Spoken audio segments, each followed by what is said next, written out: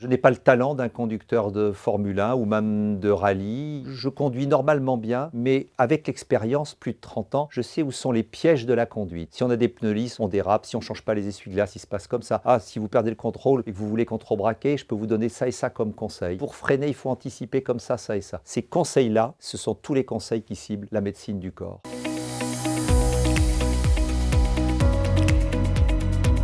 Bonjour, merci pour votre confiance. Je suis extrêmement heureux de vous retrouver aujourd'hui pour pouvoir répondre ensemble à une question que je vous ai posée. Quel type de patiente, de patient voulez-vous être face à cette médecine du XXIe siècle? Une synthèse sur ce premier opus de vidéo dédié aux neurosciences appliquées et aux maladies chroniques avec la question transversale, quelle médecine pour le XXIe siècle? Alors, quelle médecine pour rester en bonne santé? Si je suis déjà prévention et valoriser la médecine du corps, vous avez bien compris le raisonnement, vous avez tout en main maintenant. On va d'ailleurs passer beaucoup plus vite sur ce tableau. Quelle médecine pour retrouver ma santé si je suis malade? Accompagnement thérapeutique, collaboration médecine des hommes, médecine du corps, médecine des hommes plus médecine du corps. Et on repense aussi, nous avons longuement insisté, plus de sens, qu'est-ce que je veux faire de ma vie pour pouvoir exprimer la vérité de ce qu'il y a de plus lumineux en moi.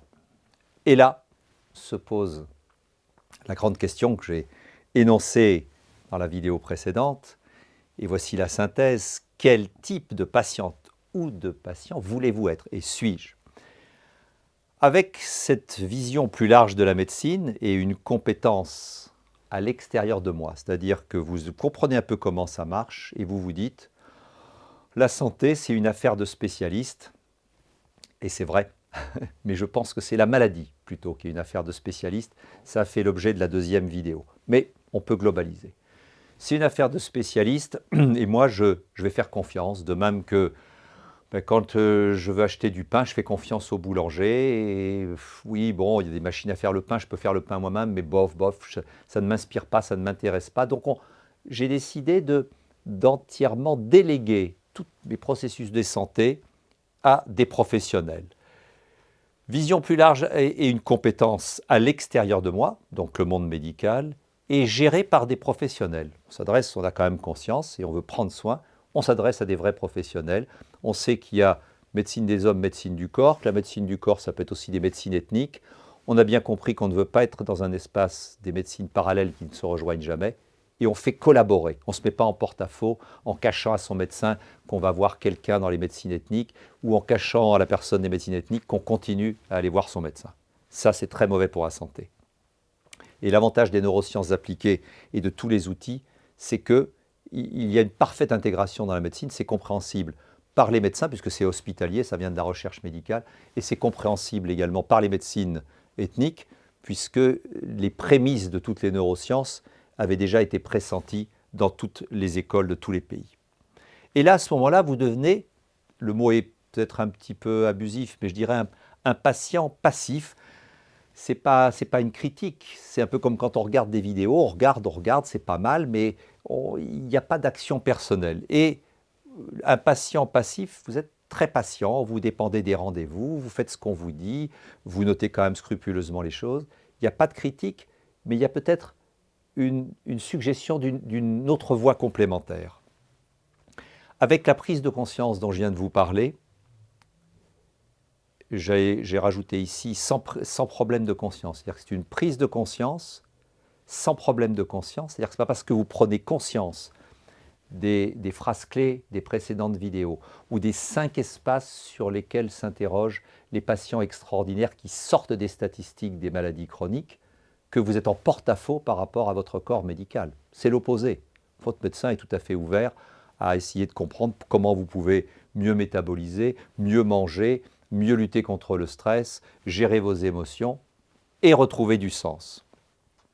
Une prise de conscience, sans problème de conscience, c'est l'avantage des neurosciences appliquées, qui me donne une compétence. Alors c'est assez bizarre, c'est pas parce que vous allez vous interroger que vous n'êtes pas d'un seul coup médecin ou apprenti médecin ou infirmier, non. Mais quand on s'interroge sur certaines choses, excusez-moi, comme la conduite, le jardinage. Quand vous passez votre permis de conduire, vous n'êtes pas pilote de Formule 1, mais vous pouvez avoir la liberté de vous déplacer. Quand vous avez le permis de conduire, vous ne savez pas comment fonctionne le moteur de votre voiture. Vous n'êtes pas ingénieur automobile, mais vous avez la liberté de vous déplacer. C'est exactement ça, à travers les différents opus de nos vidéos. Je voudrais partager avec vous une sorte de permis de mieux conduire votre vie. Je peux m'associer parfaitement à un moniteur d'auto-école, c'est-à-dire que j'ai moi aussi appris à conduire. Je n'ai pas le talent d'un conducteur de Formule 1 ou même de rallye ou des gens qui font Daytona, toutes ces choses-là. Je conduis normalement bien, mais avec l'expérience, plus de 30 ans, je sais où sont les pièges de la conduite. Si on a des pneus lisses, on dérape. Si on ne change pas les essuie-glaces, il se passe comme ça. Ah, si vous perdez le contrôle et que vous voulez contrebraquer, je peux vous donner ça et ça comme conseil. Et pour freiner, il faut anticiper comme ça et ça.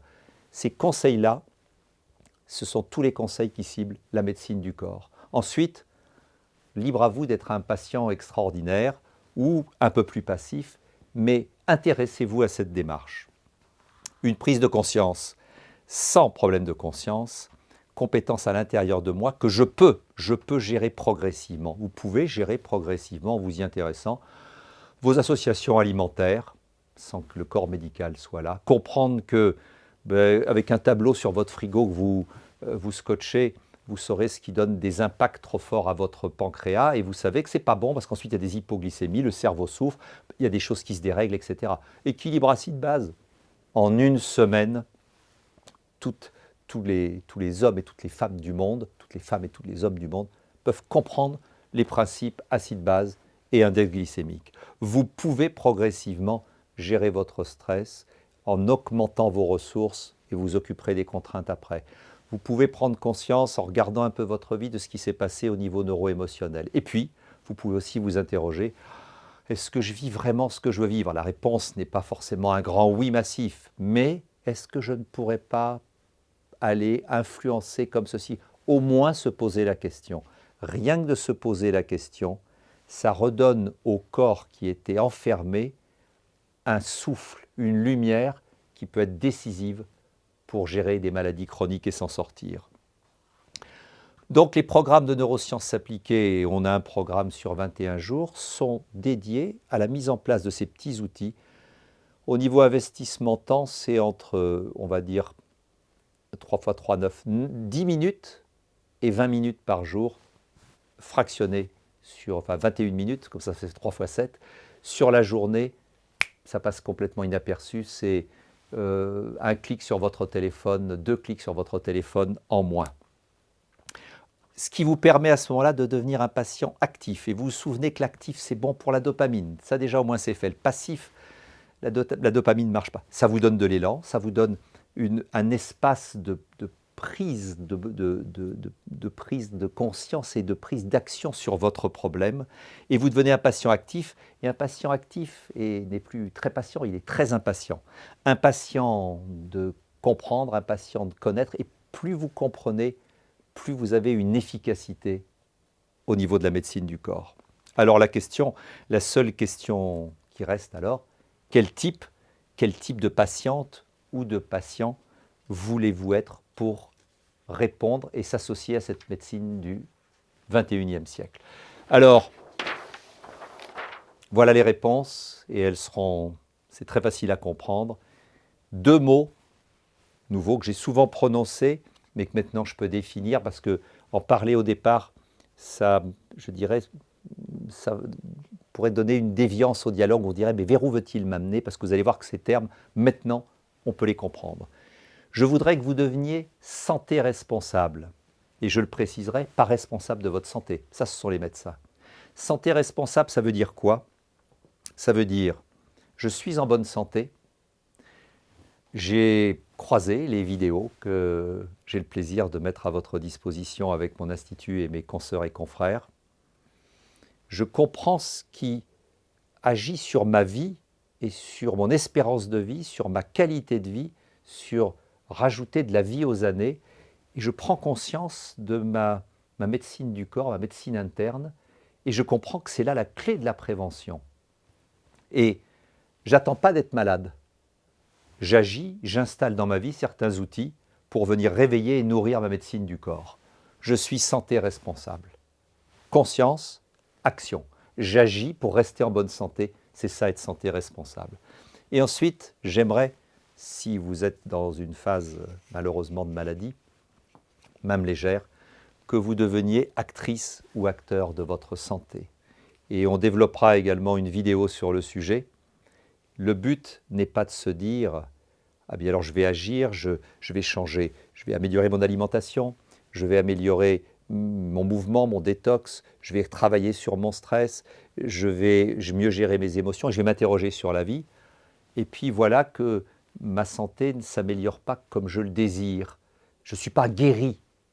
Nous ne sommes pas tous des patients extraordinaires. Mais je répète cette phrase, si vous vous interrogez, si vous devenez actrice ou acteur de votre guérison, en intégrant l'espace des neurosciences appliquées, des outils de neurosciences appliquées, qui bien entendu vont venir rééquilibrer le mieux possible et appuyer sur les 5 espaces qu'ont en commun ces patients extraordinaires. Je vous affirme un mieux-être et une meilleure qualité de vie et de meilleures chances d'échapper aux statistiques quelles qu'elles soient. Le choix d'une qualité de vie en conscience, sans problème de conscience, on vient d'en parler, plus stable, plus durable, la qualité de vie, et surtout éducative. Non seulement vous vous éduquez, mais en même temps vous rayonnez quelque chose, vous allez le transmettre. C'est une grande joie, c'est une grande joie. C'est l'idée, j'en ai déjà parlé, de notre écologie intérieure. Notre corps est notre première planète. C'est super de s'intéresser à la survie de la Terre, c'est indispensable.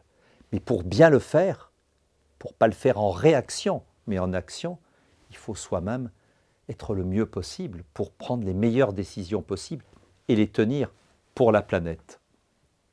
Donc, comme pour la planète, mieux gérer nos pollutions, qu'elles soient physiques, organiques, mentales, psychiques, émotionnelles, on vient d'en parler, pour mieux comprendre les exigences de survie de notre planète, c'est ce que je viens d'expliquer. Commençons par notre écologie intérieure.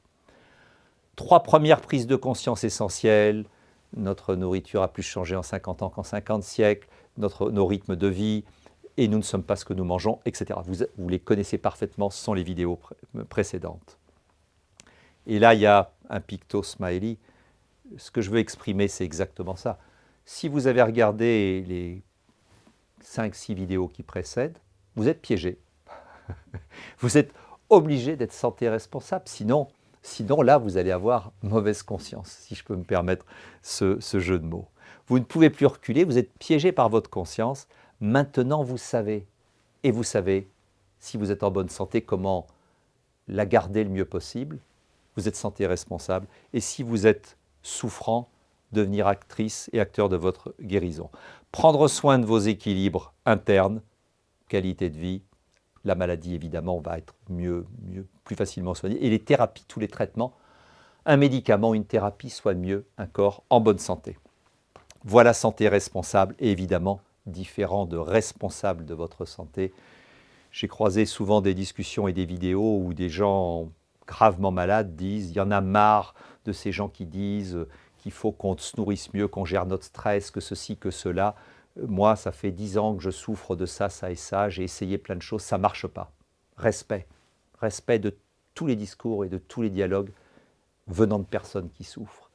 Mais avec 30 ans d'expérience, je peux vous dire que si on se concentre sur l'alimentation et on vous dit « j'ai changé toute mon alimentation et je ne vais pas mieux ». Ok. J'ai changé toute mon alimentation et j'ai changé mon détox, je me suis mis en mouvement, je ne vais pas mieux. Ok. Alimentation, mouvement, et j'ai géré mon stress et je ne vais pas mieux.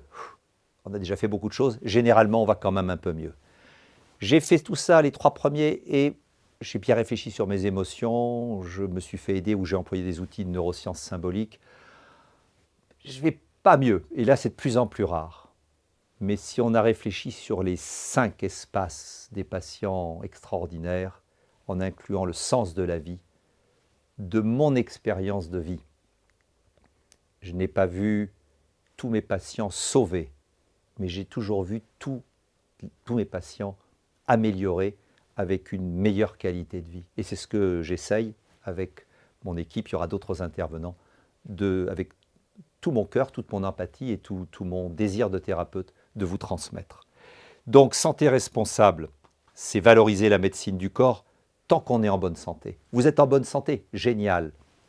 Soyez santé responsable. C'est bon pour vous, pour les gens qui vous entourent, pour notre célèbre et adorable sécurité sociale que le monde entier nous envie et que nous essayons, nous aussi, de guérir. Actrice, acteur de votre santé, santé responsable au départ, plus la collaboration médicale avec la médecine des hommes. Vous avez un problème chronique, collaboration, médecine des hommes, médecine du corps, et évidemment, toujours l'éthique de cette collaboration thérapeutique. J'ai eu un très grand plaisir à vous présenter ce chemin, et maintenant, nous allons passer dans le deuxième opus, à l'application pratique directe des neurosciences qui vont venir répondre aux 5 espaces essentiels qu'ont parcouru tous les patients extraordinaires, avec le souhait très sincère et presque une certitude que vous en deveniez une ou un.